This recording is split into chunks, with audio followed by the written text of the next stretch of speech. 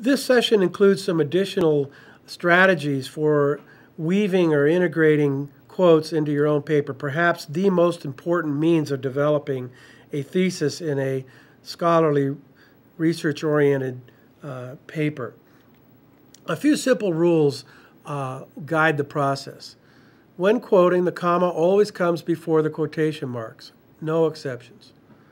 The end quotation marks are always followed by the parenthetical page reference, followed by the period, as you see here.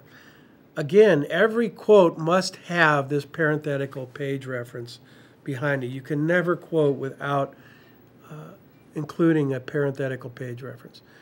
To indicate words omitted from the end of a quote, include 3 ellipses as followed with a 4th one after the parentheses. With respect to the parenthetical page reference, only the number appears within it. You don't include the letter P or the P plus the number symbol or P period. Just the page number is all that comes between the parentheses.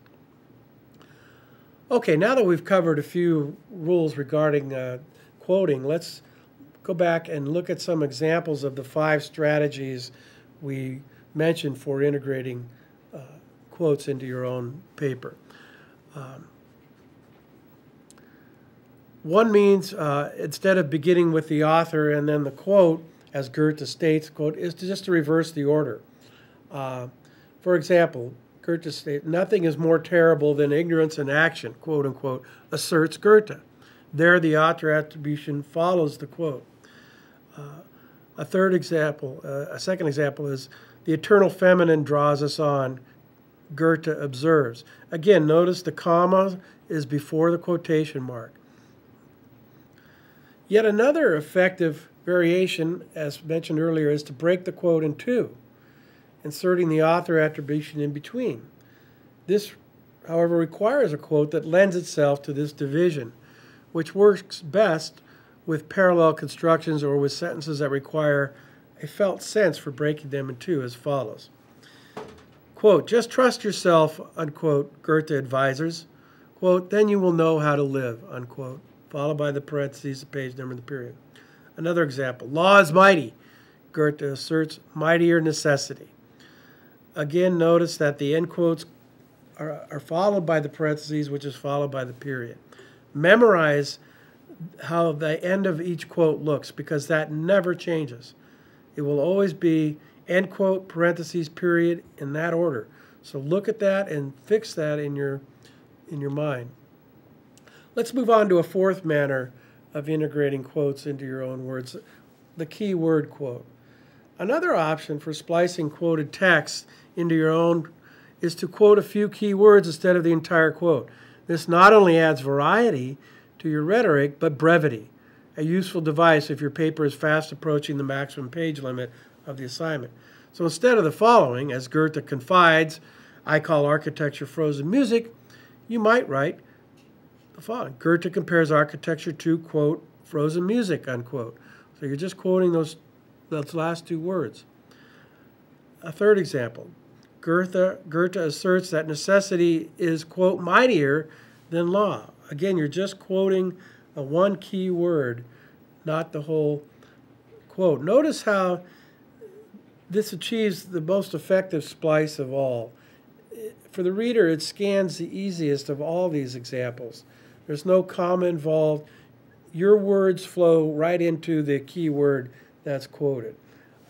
So this is another technique to enhance your writing. A final means of adding not only substance but also variety to your argument is to incorporate a passage or 2 from another text that is 4 lines long or longer.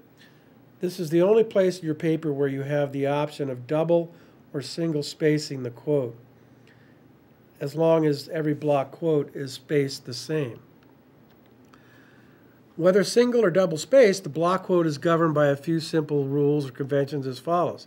It must be 4+ lines long or longer to warrant being blocked. That's 4+ lines of your own paper. It begins 1 double space down from the words that introduce it. Similarly, it is followed by one double space when your own text resumes. The entire block quote takes a double tab on the left. In other words, it is indented one additional tab from your paragraph break. On the right-hand side, however, it takes the same margin as the rest of your paper. In other words, it is aligned with your own text. A block quote takes no quotation marks, except when you are quoting dialogue or a quote within a quote. Then it takes the normal double quotation marks. The end of a block quote is also different, inasmuch as the period comes before the parentheses instead of after it. Don't ask me why. I don't make up these rules, but this was one that's often neglected. A word about using ellipses in block quotes. The purpose of ellipses, the dots, either 3 or 4, is to achieve emphasis and clarity by eliminating unnecessary words. That is, words unrelated to the relationship you're establishing between your text and the quoted text. Ellipses enable you to compact a long, wordy quote into a smaller space. Ellipses also enable you to edit a block quote for relevance, emphasis, clarity, and conciseness, all desirable virtues in academic writing. Use 3 dots to signify words that have been deleted from a quote. Use 4 dots to indicate sentences that have been deleted from a quote. Note, whether using 3 or 4 dots, leave a space between each dot. So it would go space, dot, space, dot, space, dot, space with 3 dots. In other words, 5 spaces and 3 dots. Similarly with the 4 dots, it would go space, dot, space, dot, space, dot, space, dot, space. Okay?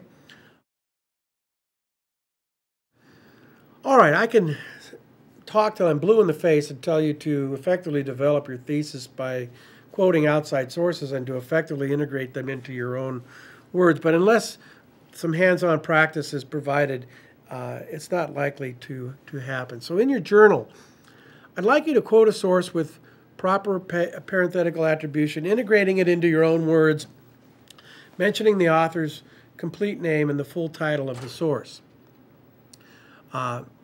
Integrate 4 more quotes into your own words using the 4 strategies modeled in this chapter as follows.